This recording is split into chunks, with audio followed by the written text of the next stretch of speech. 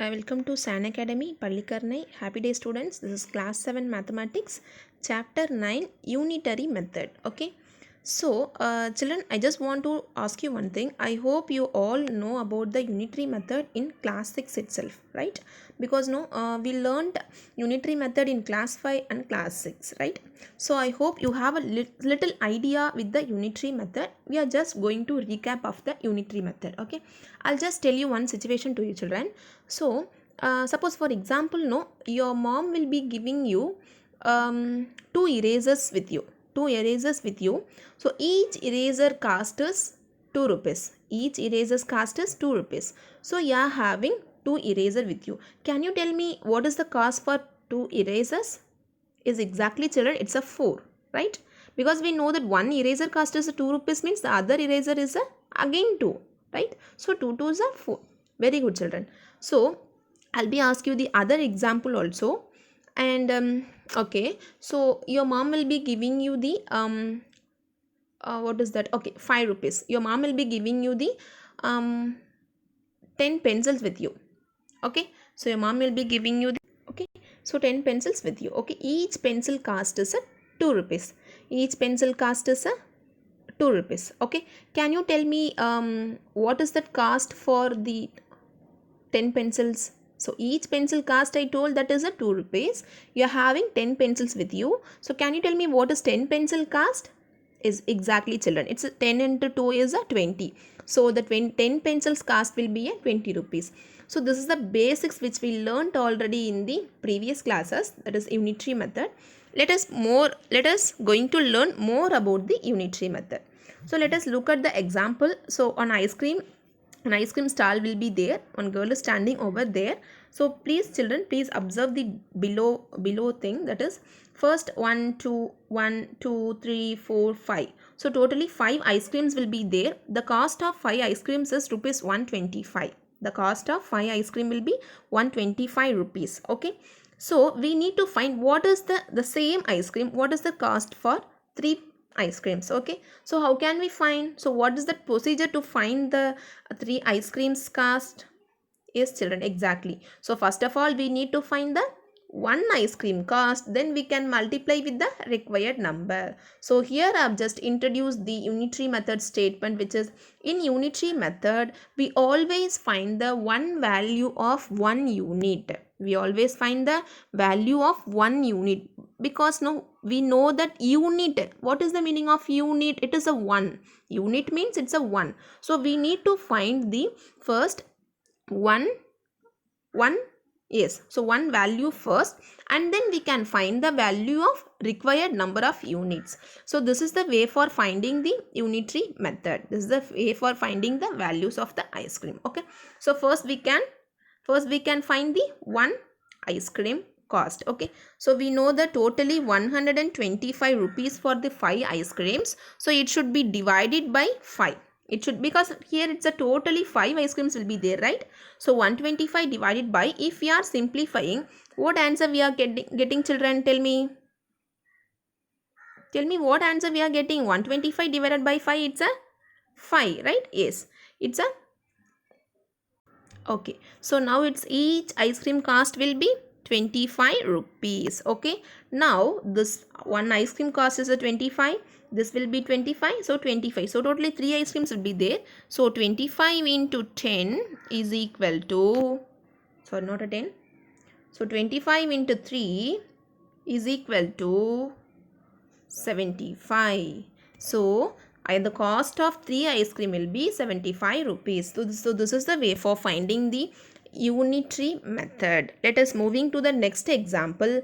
Children, this is very important one. This is very important one which we have to learn. So it's nothing. What is that in the sense? So we have a 2 terms. In solving problems of unitary method, we come across 2 types of variation. So one will be the direct variation, either it's a direct proportion, and the other will be inverse variation, or either inverse proportion. Okay, so we have a two variation. One will be a direct variation and inverse variation. First let me tell you what is direct variation. Direct variation is nothing. If it's a two quantities A and B are said to be very differently, if the ratio A by B remains constant, it's nothing. Actually, if they have given, so if they have given a cost of many, if they have given, no, what is that, okay, 9 toys rate is this much, so we need to find the cost of one. So what we should do, we have to divide, as we see in the ice cream shop, no, so it's same like the here. So if they have given many cost, in the sense we need to find the one cost. So can we find, it should be divide, then we can find the answer.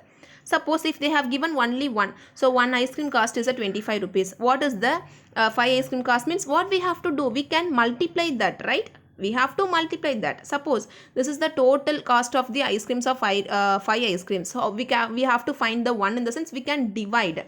That is the first thing, and the second thing will be, it's a multiply. So this is very important thing, children. I hope you understood this one, and let us moving to the next slide. Yes, I'll be show you the other example for you. What is unitary method? Unit means 1. Unit means 1. In the unitary method, we first find the value at 1. So in the unitary method, so first of all, we have to find the value at a 1. So what is the cost for 1?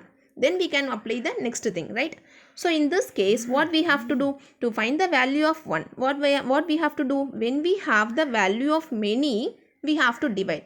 When we have the value of many, we have to divide. When we have the value of less, means we can multiply. That is the two rules we have in the unitary method. Let us see the example over there. 5 pencil cost is equal to rupees 20. 5 pencils cost is a 20 rupees. How much does it for 1 pen? Okay.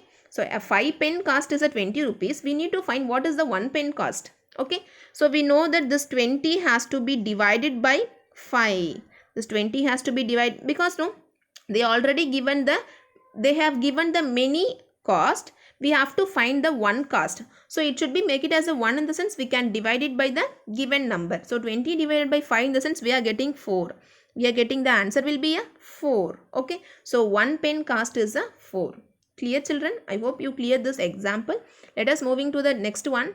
Children, this is very important, which they have given in our textbook. In our textbook, they have given the statement for the unitary method. So that we can see first. Okay. A method in which the value of unit quantity is first obtained to find the value of any required quantity is called the unit method, which is nothing. So in unitary method, we always find the one value of the one unit first, and then we find the value of required numbers of units that they are saying in the unitary method. Okay. And I already told we have a two variations. One will be the direct variation and other will be the indirect variation. I already told you. So these are the two things of we have in a main thing. And the next slide, I'll be show the, I have added one more examples over there. So listen, here you will be observing 4 pens will be there. Here it's a 6 pens will be there. So the cost of 4 pen is a 48 rupees. The cost of 6 pen is a 72 rupees, as in the question itself. Okay. So what is that first step we have to do? We need to find the cost of 1 pen. We need to find the cost of 1 pen. What is the cost of 1 pen? Okay. So how we got this 12? I'll be tell you in the down step. So in the first step, find the value of 1 by division. So if we want to find the value of one number, we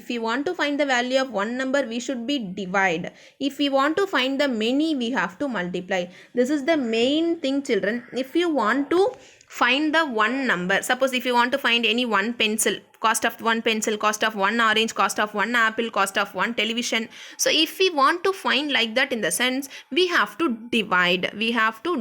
Suppose they have given one television price is 10,000. What could be the cost for 10 television? If they are asking like that, you have to apply the multiplication. Are you clear, children, what I'm saying? If you want to find the one thing price will be, you have to divide. If you want to find many, in the sense you have to multiply.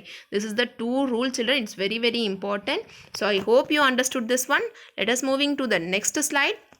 Again, I have added over there 2 more examples here. The cost of 9 chocolates is rupees 45. Find the cost of 12 chocolates. So first of all, we have to find what is the cost of 1 chocolate. So what should we do if we want to find one? I already told you what should we do. Exactly, children. We have to divide. So the cost of 9 chocolate is 45. Find the cost of 12 chocolate. So we have to divide 45 divided by 9. We are getting the answer 5. So 5 is the cost of one chocolate. So one chocolate cost will be 5 rupees. We need to find what is the cost of 12 chocolates. So it is more, right? So we have to find the, we have to apply the multiplication over there. So 12 into 50, 12 into 5 is equal to 60. So the cost of 12 chocolates will be 60 rupees. I hope you understood this unitary method, this example. Coming to the next example. A train ticket 8 hours to cover, a train takes 8 hours to cover 560 kilometer. How much distance will it be covered to the 12 hours? So in a 8 hours, it has been covered 560 kilometers. Okay. So what will be the distance covered if the 12 hours? When it's a 12 hours means how will be the distance it will be covered? Okay.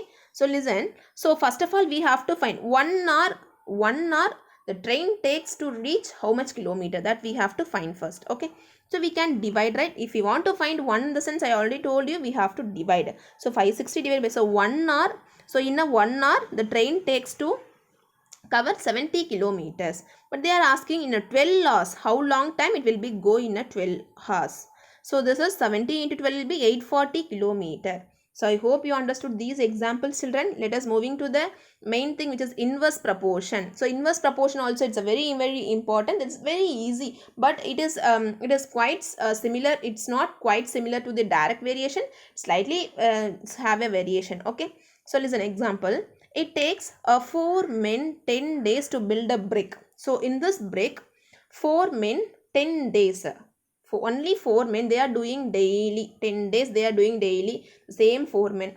So to complete the work, okay, they are asking if 20 men joined to build a brick, in the sense, how many days it will be take, they are asking. Okay. So we know that if a less person means it will be take a more days. If it is a less person, it is taking more days to complete a work. If it is a more person means it is taking a less time to build the wall, isn't it, children? Yes. So if it is a less person means it is taking more time to complete the work. If it is a more person, it is taking a less time to complete the work, right? Yes. So the answer will be the more men employed, the less time it takes to build the wall. So this is called the inverse proportion. Clear, children? Yes, I hope you clear. I'll be showing the one more example. So which of the following are in the inverse proportion? The number of workers on a job and the time to complete the job. So see here, as the number of workers on a job increases, time taken to complete the job decreases. As I told you in the previous slide, so in office, if the employees are more, in the sense the time taken to complete the job also it's decreases, because more employees will be there means to complete a job, in the sense it will be taking a time, less time, in the sense, right? Yes. So they are in inverse proportion, we are saying. Suppose in an office, if it is a less employee means the time taken of the job to complete is, it may taking the increase. Okay. According to that we have to convert like that. So see here, this is very important. One worker complete the work in 5 days. If only one worker, in the sense, so it may complete the work in 5 days. Suppose if it is a 5 worker, in the sense, we can complete the work soon, right? Earlier. So earlier itself we can complete the work. So 5 workers if joined work, in the sense, complete the work in 1 day. Clear, children? I hope you clear the unitary method. And then types of variations are direct variation and indirect variation. So these are all the things we have in our textbook, the chapter 9. So I hope you clear in this video, children. Thank you so much. Thank you once again. Bye bye.